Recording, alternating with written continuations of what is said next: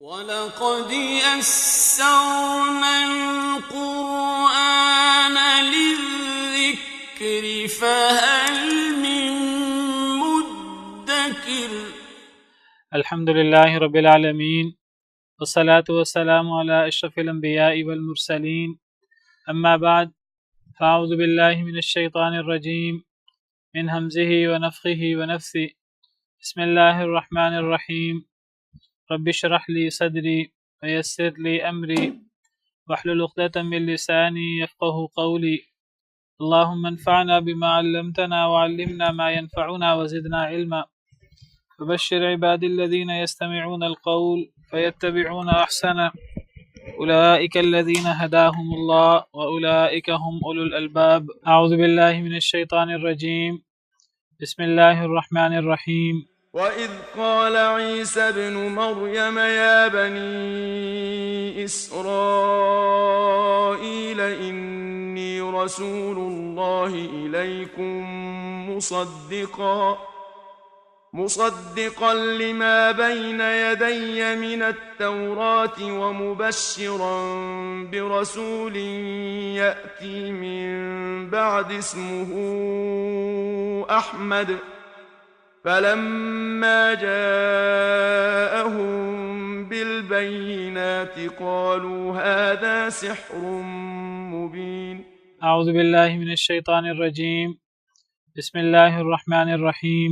وَإِذْ قَالَ عِيسَى ابْنُ مَرْيَمَ يَا بَنِي إِسْرَائِيلَ إِنِّي رَسُولُ اللَّهِ إِلَيْكُمْ مُصَدِّقًا لِمَا بَيْنَ يَدَيَّ مِنَ التَّوْرَاةِ وَمُبَشِّرًا بِرَسُولٍ يَأْتِي مِن بَعْدِ اسْمُهُ أَحْمَدُ۔ اور جب فرمایا عیسیٰ بن مریم علیہ السلام نے، جب عیسیٰ بن مریم نے فرمایا یا بنی اسرائیل، اے بنی اسرائیل، انی رسول اللہ علیکم، بے شک میں اللہ کا رسول ہوں تمہاری طرف۔ پیچھے ہم نے سیدنا موسیٰ علیہ السلام کے بارے میں پڑھا، انہوں نے بھی بنی اسرائیل سے یہی بات فرمائی کہ یا قوم لم تؤذوننی وقد تعلمون انی رسول اللہ علیکم، اے میری قوم تم مجھے کیوں اذیت دیتے ہو حالانکہ تم جانتے ہو میں تمہاری طرف اللہ کا رسول ہوں۔ حضرت موسیٰ علیہ السلام بنی اسرائیل کی طرف اللہ کے رسول تھے، یہاں بڑی وضاحت سے یہ بات موجود ہے۔ اور جب فرمایا عیسیٰ بن مریم نے یا بنی اسرائیل، اے بنی اسرائیل، انی رسول اللہ علیکم، بے شک میں اللہ کا رسول ہوں تمہاری طرف، پتہ لگا کہ سیدنا موسیٰ علیہ السلام کی طرح سیدنا عیسیٰ علیہ السلام بھی اپنی قوم کی طرف اللہ کے رسول تھے مخصوص طور پہ، اور نبی کریم صلی اللہ علیہ وسلم وہ صرف اپنی قوم قریش یا عرب کی طرف اللہ کے رسول نہیں تھے، وہ تمام دنیا کے لیے، چاہے وہ آپ کے دور کے سارے لوگ ہوں، خواہ وہ قیامت تک آنے والے سارے لوگ ہوں، جن تک نبی کریم صلی اللہ علیہ وسلم کی دعوت پہنچے تو نبی کریم صلی اللہ علیہ وسلم سب کے رسول ہیں۔ دیکھیے اس میں جو نبی کریم صلی اللہ علیہ وسلم کو دیکھتا ہے اور آپ کا زمانہ پاتا ہے، اس کے لیے ایمان لانا آسان ہے۔ آسان اس معنی میں اس معنی میں آسان کی بات کر رہا ہوں، ہو سکتا ہے ان کے لیے ایمان لانے میں ہم سے زیادہ آزمائشیں ہوں، جسمانی آزمائشوں کا ان کو زیادہ سامنا کرنا پڑا ہو، لیکن اس معنی میں ان کے لیے ایمان لانا زیادہ آسان تھا کہ نبی کریم صلی اللہ علیہ وسلم ان کے سامنے موجود تھے۔ نبی کریم صلی اللہ علیہ وسلم کا چہرہ جو کسی جھوٹے شخص کا چہرہ نہیں تھا، جو ایک نبی کا چہرہ ہو سکتا ہے، آپ کی شخصیت جو نبی کمالات سے متصف تھی، آپ کی مہر نبوت، آپ کے دیگر معجزات، آپ چلتے پھرتے نبی تھے، چلتا پھرتا نبی کسی کے سامنے موجود ہو، اس کی موتیوں جیسی باتیں ہوں لوگوں کے سامنے، وہ اپنے ایک ایک آپ سمجھیے حرکت سے اور اپنی ایک ایک بات سے پہچانا جاتا ہے کہ یہ نبی ہے۔ سیدنا عبداللہ بن سلام انہوں نے یہ تو فرمایا، آپ کو دیکھتے سال ہی کہہ دیا، آپ کو چیک کرنے آئے تھے کہ یہ اللہ کے نبی ہیں کہ نہیں، تو رات میں جو کچھ نشانیاں تھیں وہ تو دیکھ کے کہنے لگے کہ یہ چہرہ کسی جھوٹے کا نہیں ہو سکتا۔ یہ کتنی بڑی چیز ہے جو نبی صلی اللہ علیہ وسلم کے دور میں لوگ ہیں وہ نبی کریم صلی اللہ علیہ وسلم کو دیکھ رہے ہیں، ایک نبی کو دیکھ رہے ہیں، اور اللہ کے مبعوث کردہ شخصیت جو ہر لحاظ سے، ظاہری اعتبار سے، باطنی اعتبار سے جو ہے وہ اعلیٰ ترین ہے، وجیع ترین ہے، اور اس میں تمام دنیاوی اور اخروی ظاہری باطنی کمالات سارے موجود ہیں، افضل اور اکمل ترین انسان ہے، تو نبی کا موجود ہونا یہ اس معنی میں آسان کر دیتا ہے مد مقابل کو ایمان لانا، بنسبت اس شخص کے جو صرف نبی کریم صلی اللہ علیہ وسلم کے بارے میں سنے، جس نے آپ کو دیکھا نہ ہو، آپ کا مشاہدہ نہ کیا ہو، آپ کے صحبت سے سرفراز نہ ہوا ہو، اس کے لیے نبی صلی اللہ علیہ وسلم پر ایمان لانا صحابہ کرام کی بنسبت مشکل ہے۔ اس معنی میں یہ ہو سکتا ہے ہماری آزمائش کم ہو، ان کی آزمائش زیادہ ہو،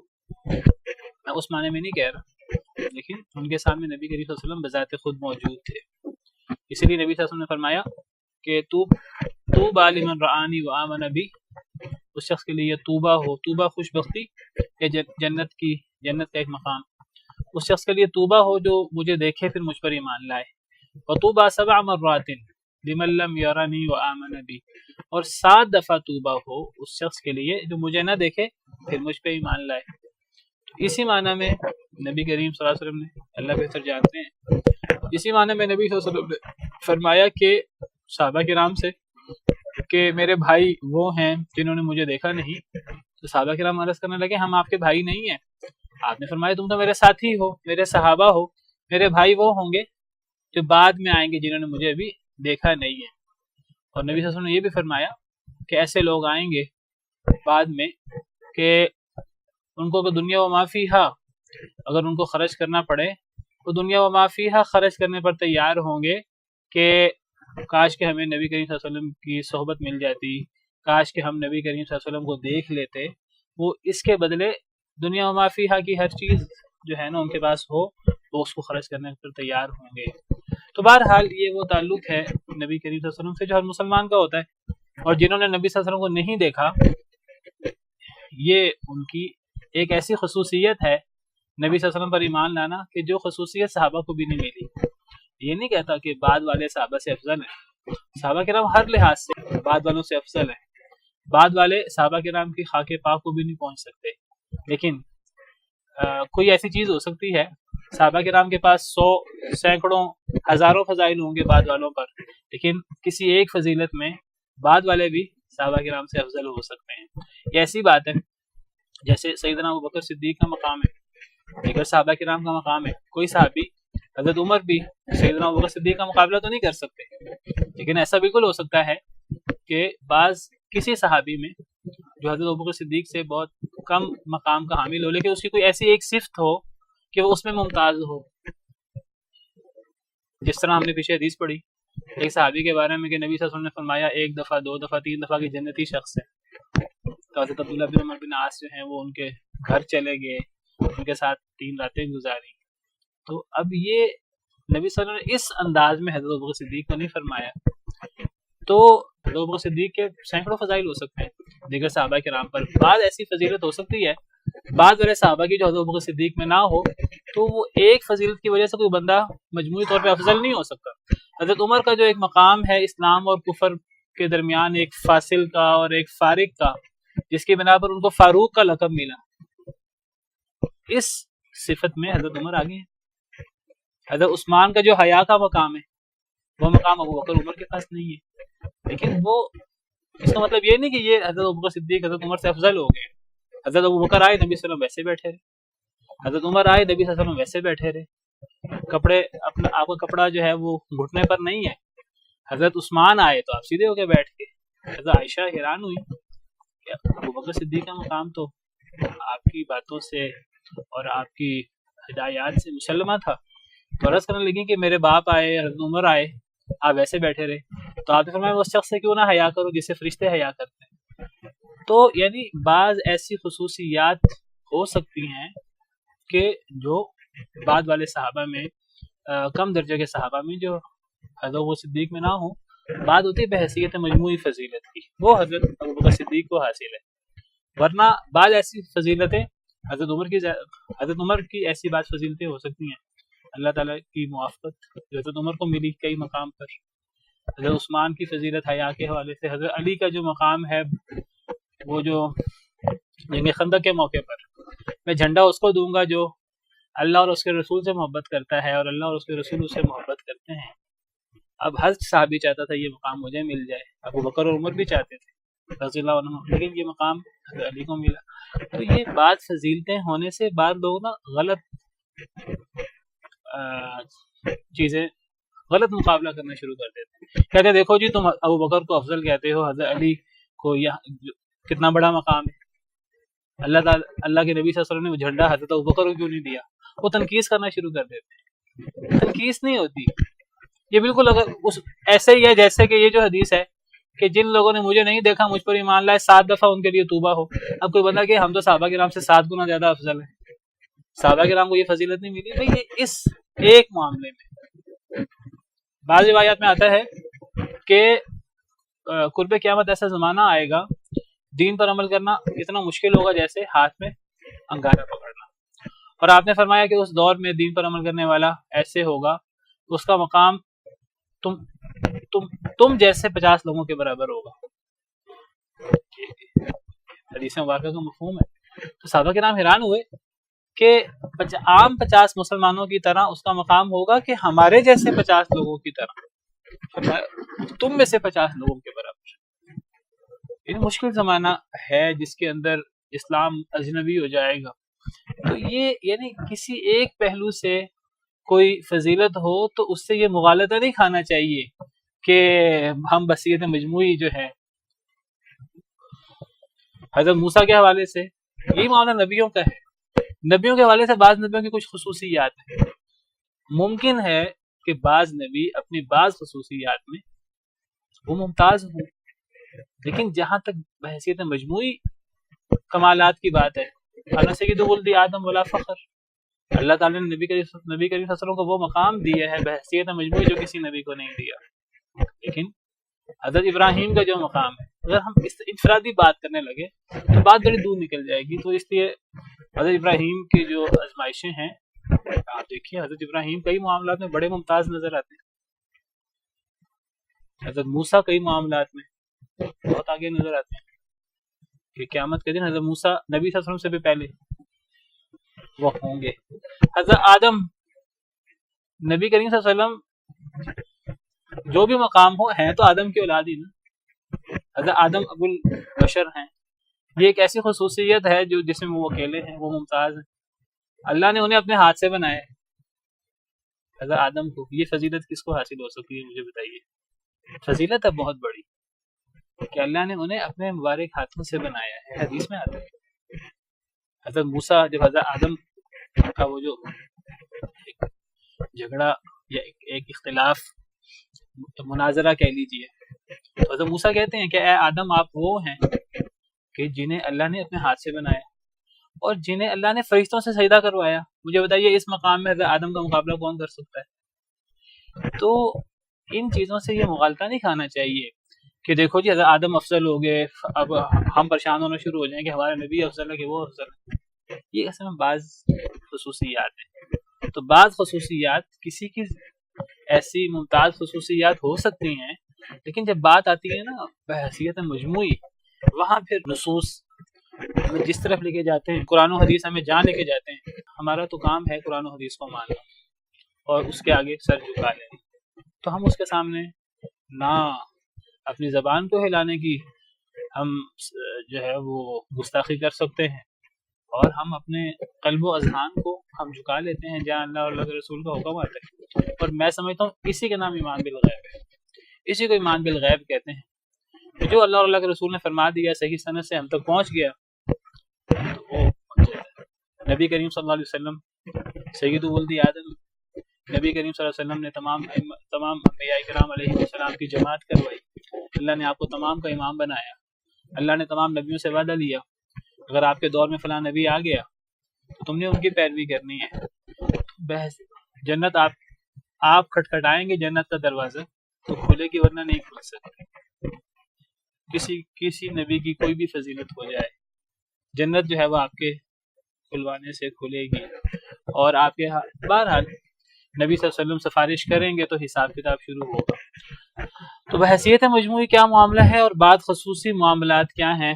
بہرحال بات دور نکل گئی ہے۔ میں یہ بات کر رہا تھا، آپ نے کہا تھا کہ ہم نبی صلی اللہ علیہ وسلم کے بھائی ہیں، حدیث میں آتا ہے صحابہ کرام کے بارے میں آپ نے فرمایا تم میرے ساتھی ہو، بعد میں آنے والے میرے بھائی ہوں گے۔ یہ ایک ایسا مقام ہے بعد والوں کا، اس خاص پہلو کے اعتبار سے بعض والوں کی فضیلت ہے صحابہ کرام پر، اس ایک مخصوص پہلو کے حوالے سے، ورنہ صحابہ کرام کہاں اور ہم کہاں۔ تو آپ نے فرمایا، نبی کریم صلی اللہ علیہ وسلم نے صحیح بخاری کی حدیث سے آپ نے فرمایا اعطیت خمسا لم یعطہن احد قبلی، مجھے وہ 5 چیزیں دی گئی ہیں جو مجھ سے پہلے کسی اور کو نہیں دی گئی۔ کسی اور سے مراد کوئی اور نبی، کوئی اور رسول۔ اچھا، یہاں 5 چیزوں کا ذکر ہے۔ یہاں اس قسم کی احادیث سے بعض لوگ جو ہیں وہ 5 کا عدد مراد لیتے ہیں، یہ صحیح نہیں ہے۔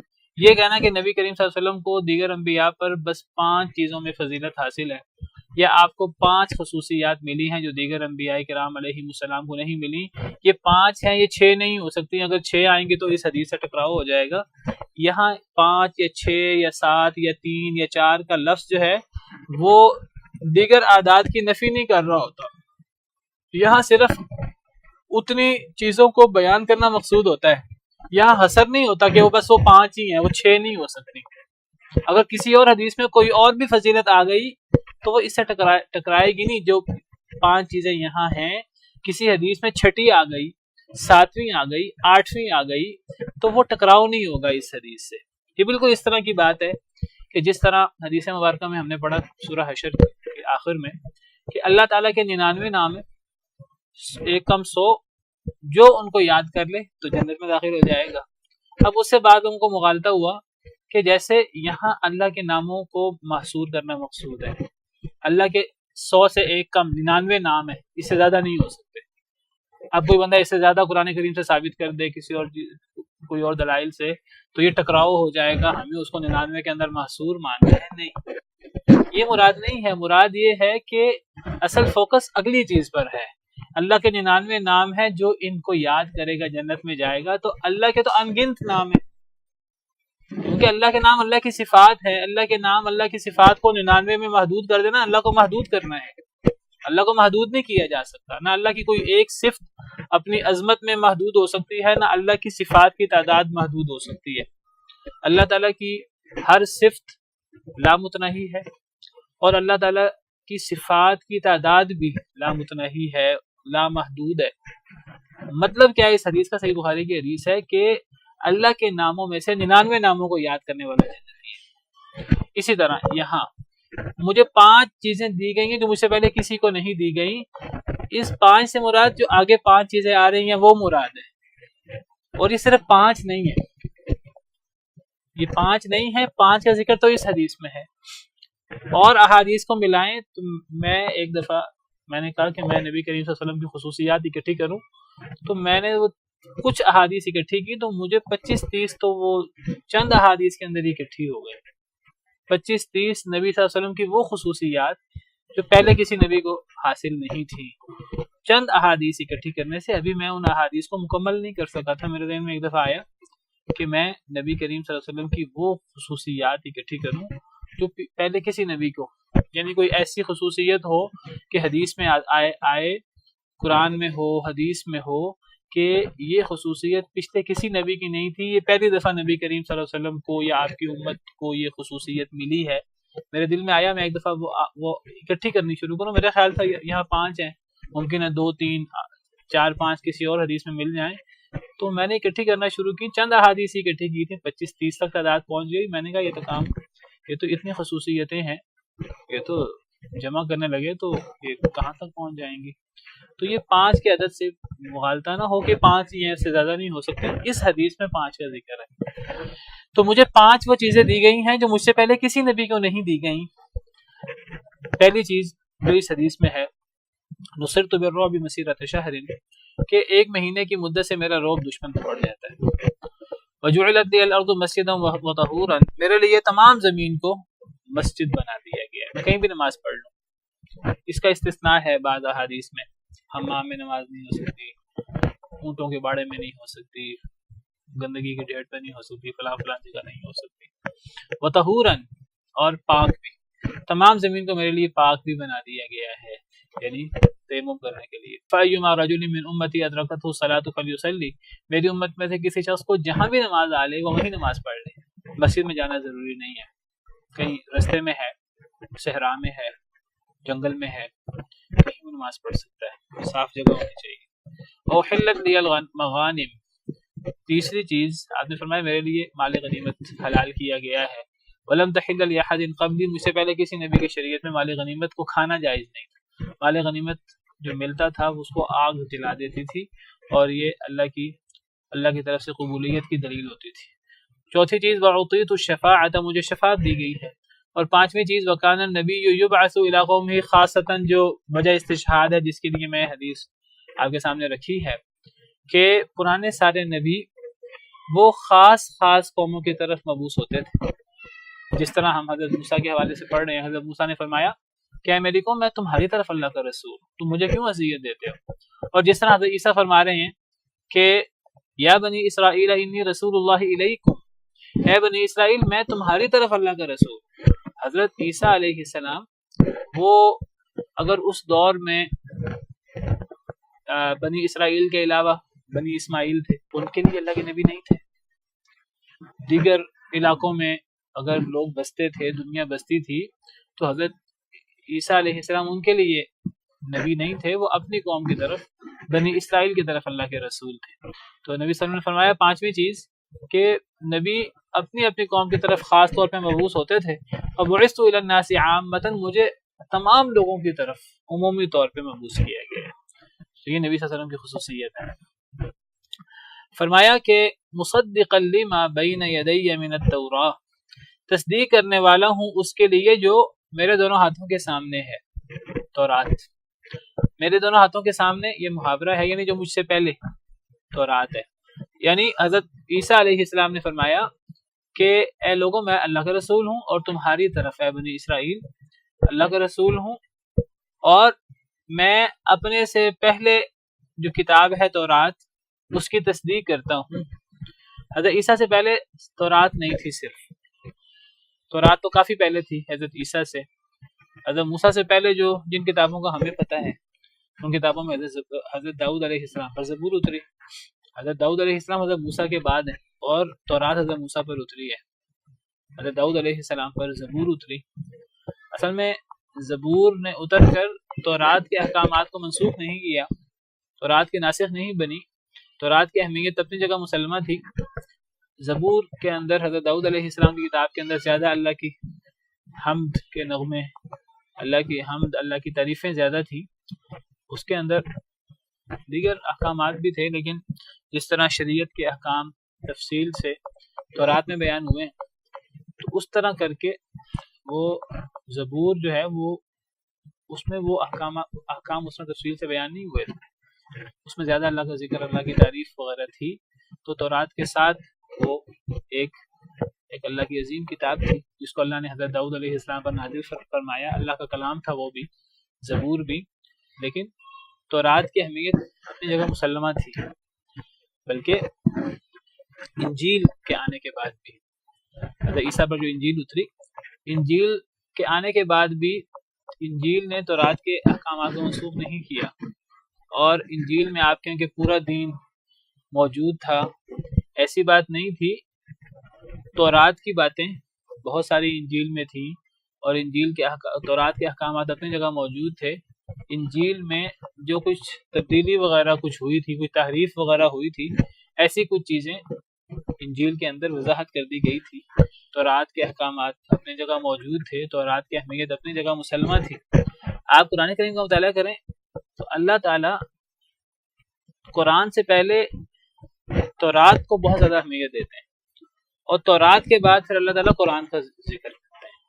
قرآن کے اندر جس طرح ایک پورا دائرہ زندگی سے متعلق ہر چیز کے متعلق تفصیلات موجود ہیں، آپ سمجھیے تورات کا انداز اس سے ملتا جلتا تھا، اگرچہ تورات میں قرآن کی طرح کی جامعیت نہیں ہے، کیونکہ تورات بھی وہ مخصوص قوم کے لیے تھی، بنی اسرائیل کے لیے تھی، لیکن وہ زبور اور انجیل وغیرہ کے مقابلے میں ایک جامع کتاب تھی، ایک بہت اہم کتاب تھی، اور بہت سارے انبیاء حضرت موسیٰ کے بعد آنے والے، وہ کتنے ہیں، سینکڑوں ہیں کہ ہزاروں ہیں، اللہ کو پتہ ہے، وہ تورات کے مطابق عمل کرنے والے تھے، تورات کے مطابق زندگی گزارنے والے تھے۔ اللہ قرآن کریم میں ذکر کرتے ہیں اِنَّا أَنزَلْنَا التَّوْرَاةَ فِيهَا هُدًى وَنُورٌ يَحْكُمُ بِهَا النَّبِيُّونَ الَّذِينَ أَسْلَمُوا لِلَّذِينَ هَادُوا وَالرَّبَّانِيُّونَ وَالْأَحْبَارُ، ہم نے تورات کو نازل کیا، اس میں ہدایت بھی تھا، نور بھی تھا، اور تورات کے مطابق فیصلہ کرتے تھے وہ بہت سارے نبی، ایک نبی کا ذکر نہیں ہے، يَحْكُمُ بِهَا النَّبِيُّونَ الَّذِينَ أَسْلَمُوا، وہ بہت سارے نبی، کوئی ذکر نہیں ہے کہ وہ کتنے تھے، وہ 10 تھے، 20 تھے، سینکڑوں تھے، ہزاروں تھے، کتنے تھے۔ تورات حضرت موسیٰ پر اتری ہے، ان کے بعد آنے والے سارے نبی ہی تورات کے مطابق عمل کرتے تھے، وہ نبی جو مسلمان ہوئے وہ سب نبی تورات کے مطابق عمل کرتے تھے۔ للذین ہادو، یہودیوں کے لیے، والربانیون، اور رب والے، والاحبار، اور علماء، بما استحفظوا من کتاب اللہ، کیونکہ ان کو اللہ کی کتاب کا محافظ بنایا گیا تھا، وکانوا علیہ شہید، تورات کا، وکانوا علیہ شہداء، اور وہ اس کے اوپر گواہ بھی تھے۔ تو تورات ایک جامع کتاب تھی، قرآن کی طرح جامع نہیں تھی، لیکن ایک جامع ترین کتاب تھی۔ قرآن کریم کا مطالعہ کریں، اللہ تعالیٰ نے قرآن کریم کے کئی آیات میں تورات اور قرآن کو ایک جگہ جمع کیا ہے، وہاں انجیل اور زبور کا اس انداز سے ذکر نہیں ہے جس انداز سے تورات کا ذکر ہے، حالانکہ قرآن سے پہلے انجیل ہے، انجیل سے پہلے زبور ہے، تورات اس سے بہت پہلے ہے، لیکن کئی آیات میں قرآن کریم میں تورات اور قرآن کو اکٹھا کیا گیا ہے۔ آپ ذرا غور کریں، سورہ نام میں بھی ایک جگہ پر اللہ تورات کا ذکر کرتے ہیں، پھر قرآن کا ذکر کرتے ہیں، اور قرآن کریم میں 2-3 مقام ایسے ہیں جہاں اللہ تعالیٰ تورات کے ساتھ قرآن کا ذکر کرتے ہیں۔ تو تورات ایک اہم ترین کتاب تھی۔ تو حضرت عیسیٰ نے فرمایا کہ میں اپنے سے پہلے تورات، حالانکہ حضرت عیسیٰ سے پہلے تو زبور بھی تھی، لیکن اصل کتاب تورات تھی، اور میں کہہ رہا ہوں انجیل کے بعد بھی اس کی اہمیت مسلمہ تھی۔ تو حضرت عیسیٰ نے فرمایا میں اپنے سے پہلے تورات کی بھی تصدیق کرنے والا ہوں۔ تو میں ذکر کر رہا تھا کہ حضرت عیسیٰ علیہ السلام نے اپنی قوم کو دعوت دیتے ہوئے فرمایا کہ میں تمہاری طرف اے بنی اسرائیل اللہ کا رسول ہوں، اور میں اپنے سے پہلے آنے والی کتاب تورات کی تصدیق کرتا ہوں۔ تورات حضرت موسیٰ سے فوری پہلے نہیں آئی، وہ زیادہ پہلے کی کتاب ہے، لیکن چونکہ تورات پر عمل ہوتا تھا اور تورات کے مطابق احکامات جاری ہوتے تھے، تو تورات کا ذکر ہے۔ تو میں اپنے سے پہلے تورات کی تصدیق کرتا ہوں۔ وَمُبَشِّرًا بِرَسُولٍ يَأْتِي مِن بَعْدِ اسْمُهُ احمد، اور بشارت دینے والا ہوں ایک رسول کی، یأتی جو آئے گا، من بعدی میرے بعد، اسمہ احمد جس کا نام احمد ہوگا۔ تو حضرت عیسیٰ علیہ السلام نے فرمایا کہ میں رسول ہوں اللہ کا، اے بنی اسرائیل تمہاری طرف اللہ کا رسول ہوں، اور میں کوئی الگ تھلگ رسول نہیں ہوں، کوئی یہ نہیں ہے کہ میرے پیچھے کوئی بنیاد نہیں ہے اور میرے آگے کوئی بنیاد نہیں ہے، نہ مجھ سے پہلے کوئی رسول تھا نہ میرے بعد کوئی رسول ہے۔ میں اپنے سے پیچھے رسولوں کی تصدیق کرتا ہوں، اپنے سے پیچھے کتابوں کی تصدیق کرتا ہوں، وہ کتابیں بھی میری تصدیق کرتی ہیں۔ حضرت عیسیٰ علیہ السلام تورات کی تصدیق کرتے تھے، تو تورات میں بھی حضرت عیسیٰ علیہ السلام کی بشارتیں موجود تھیں، تورات بھی حضرت عیسیٰ علیہ السلام کی بات کرتی تھی، اور حضرت عیسیٰ علیہ السلام صرف اپنے سے پچھلی کتاب کی تصدیق نہیں کر رہے، حضرت عیسیٰ سے پچھلی کتاب حضرت عیسیٰ کی تصدیق نہیں کرتی تھی، ان کی بشارت نہیں دیتی تھی، بلکہ حضرت عیسیٰ علیہ السلام نے اپنے بعد آنے والے نبی کی بھی بشارت دی، اور حضرت عیسیٰ واحد نبی ہیں جنہوں نے اس کا نام بھی بیان کر دیا کہ میں اپنے بعد ایک ایسے رسول کی بشارت دے رہا ہوں جس کا نام احمد ہوگا۔ پچھلے انبیاء کرام علیہ السلام، پچھلی کتابیں وہ بھی نبی کریم صلی اللہ علیہ وسلم کی بشارت دیتی تھی، وہ بھی نبی کریم صلی اللہ علیہ وسلم کی صفات بیان کرتی تھی کہ ایک نبی آنے والا ہے، خاتم النبیین، اس کی فلاں فلاں صفات ہوں گی، فلاں فلاں مہر نبوت ہوگی، فلاں فلاں معجزے ہوں گے، فلاں فلاں علاقے میں ہوگا، اور اس کی یہ صفات ہوں گی۔ لیکن حضرت عیسیٰ علیہ السلام نے تو باقاعدہ نام تک ذکر کر دیا، فرمایا کہ میں اپنے بعد آنے والے ایک نبی کی بشارت دینے والا ہوں، ایک رسول کی، جس کا نام احمد ہوگا۔ تو ایک تو یہ بات یاد رکھیے کہ ہر نبی اپنے سے پچھلے نبیوں کی تصدیق کرتا ہے، اپنے سے پچھلے نبیوں پر اترنے والی کتابوں کی تصدیق کرتا ہے، اور پچھلے نبی اپنے بعد آنے والے نبیوں کے بارے میں کچھ اشارہ، کچھ علامات، اس طرح کی چیزیں بیان کرتے ہیں، اور پچھلی کتابیں اپنے بعد آنے والے نبیوں کا تذکرہ اور ان کے بارے میں بشارتیں اور ایسی چیزیں بیان کرتی ہیں۔ حضرت عیسیٰ علیہ السلام نے بھی تورات کا ذکر کیا، پچھلے نبیوں کا ذکر کیا، پچھلے نبیوں نے بھی حضرت عیسیٰ کا تذکرہ کیا، تورات میں بھی حضرت عیسیٰ کا تذکرہ موجود ہے، اور اسی طرح اسی ایک سنت اور ایک ریت ہے، اس کے مطابق حضرت عیسیٰ علیہ السلام نے اپنے بعد والے نبی کا ذکر بھی کیا اور باقاعدہ نام لے کر ذکر کیا، کیونکہ حضرت عیسیٰ علیہ السلام بنی اسرائیل کے خاتم النبیین ہیں۔ بنی اسرائیل میں حضرت عیسیٰ علیہ السلام کے بعد کوئی نبی نہیں آیا، بلکہ نبی کریم صلی اللہ علیہ وسلم سے پہلے جو ڈائریکٹ نبی ہیں وہ حضرت عیسیٰ علیہ السلام ہے۔ حضرت عیسیٰ اور آپ کے درمیان وقفہ ہے، اور اس کے بعد نبی کریم صلی اللہ علیہ وسلم ہے، تو نبی صلی اللہ علیہ وسلم سے پہلے حضرت عیسیٰ ہیں۔ حضرت عیسیٰ بنی اسرائیل کے خاتم النبیین ہیں، تو حضرت عیسیٰ نے باقاعدہ نام لے کر نبی کریم صلی اللہ علیہ وسلم کی بشارت دی۔ حضرت عیسیٰ نے تو سب سے زیادہ تفصیلی بشارت دی۔ اس کا مطلب یہ نہیں ہے کہ پچھلے نبیوں نے نبی کریم صلی اللہ علیہ وسلم کی بشارت نہیں دی، پچھلی کتابوں نے نبی کریم صلی اللہ علیہ وسلم کا تذکرہ نہیں فرمایا، پچھلے نبیوں نے بھی نبی کریم صلی اللہ علیہ وسلم کی بشارت دی، بلکہ تمام نبیوں نے نبی کریم صلی اللہ علیہ وسلم کی بشارت دی۔ اتنی تفصیل سے نہیں دی جتنی حضرت عیسیٰ نے دی۔ تمام کتابوں نے نبی کریم صلی اللہ علیہ وسلم کی بشارت دی، پچھلی کتابوں میں نبی کریم صلی اللہ علیہ وسلم کا ذکر موجود ہے، ذکر خیر موجود ہے۔ اللہ قرآن میں ذکر فرماتے ہیں الذين يتبعون الرسول النبي الأمي الذي يجدونه مكتوبا عندهم في التوراة والإنجيل۔ اللہ نیک لوگوں کا تذکرہ فرماتے ہیں، نیک لوگ وہ ہیں کہ جو نبی امی رسول پر، الذين يتبعون الرسول النبي الأمي، وہ لوگ جو رسول نبی امی پر ایمان لاتے ہیں۔ کون رسول نبی امی ہے؟ الذي يجدونه مكتوبا عندهم في التوراة والانجيل، جس کا تذکرہ خیر، جس کا ذکر خیر وہ تورات انجیل میں پاتے ہیں۔ پھر مزید صفات ہیں، یأمرهم بالمعروف وینہاهم عن المنکر ویحل لهم الطیبات ویحرم علیہم۔ پھر نبی صلی اللہ علیہ وسلم کی صفات موجود ہیں، جیسا قرآن میں آپ کی صفات موجود ہیں، یا ایھا النبی انا ارسلناک شاہدا ومبشرا ونذیرا۔ اس طرح کی صفات تورات و انجیل میں نبی کریم صلی اللہ علیہ وسلم کی موجود ہے۔ آپ بازاروں میں آوازیں دینے والے نہیں ہیں، آپ کوئی سخت دل نہیں ہیں، آپ کوئی سخت زبان نہیں ہوں گے، آپ فلاں فلاں علاقے میں ہوں گی، آپ کی فلاں فلاں صفات ہوں گی۔ تو پچھلی کتابوں نے نبی کریم صلی اللہ علیہ وسلم کی بشارت دی، نہ صرف نبی کریم صلی اللہ علیہ وسلم کی بشارت دی بلکہ نبی کریم صلی اللہ علیہ وسلم کی صفات بیان کی، بلکہ آپ کے صحابہ کرام کی صفات بیان کی۔ قرآن کریم یہ چیزیں تفصیل سے بیان کرتا ہے۔ محمد رسول اللہ والذین معه اشداء علی الکفار رحماء بینہم تراہم رکعا سجدا یبتغون فضلا من اللہ ورضوانا سیماہم فی وجوہہم من اثر السجود ذلک مثلہم فی التوراۃ۔ تورات میں یہ مثال ہے نبی صلی اللہ علیہ وسلم کی اور صحابہ کرام کی، باقاعدہ صفات ہیں صحابہ کرام کی۔ آپ اس میں نرم، کافروں پر سخت، رکوع سجدے کرنے والے، اللہ کی رضا تلاش کرنے والے، ان کے چہروں پر نیکی کے اثرات ہیں، سجدے کے اثرات ہیں، اور یہ ان کی مثال تورات میں ہے۔ نبی صلی اللہ علیہ وسلم سے آگے بڑھ کر صحابہ کرام کی بھی۔ اور مثلہم فی الانجیل، اور انجیل میں کیا مثال ہے؟ انجیل میں الگ مثال ہے، کزرع اخرج شطأہ فآزرہ۔ تو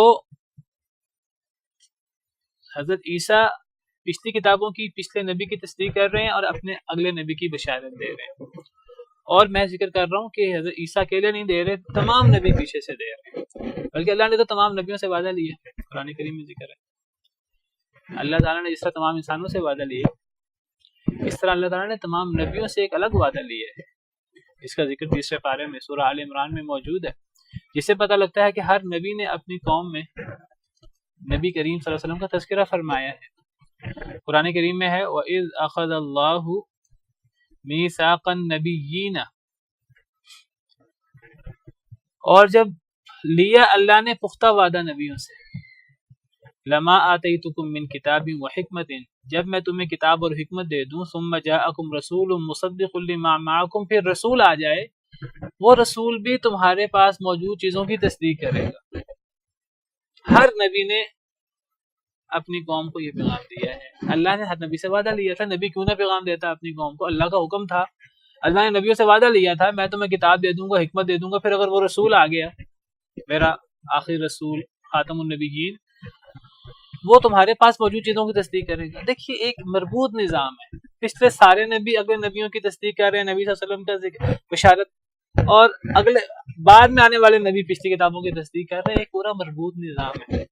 تورات قرآن کی تصدیق, قرآن تورات پر مہیمن, تورات انجیل کی تصدیق, انجیل قرآن کی تورات کی تصدیق. ہر چیز دوسری کتاب کی وضاحت, دوسری کتاب پچھلی کی, پچھلی کتاب اگلی کی.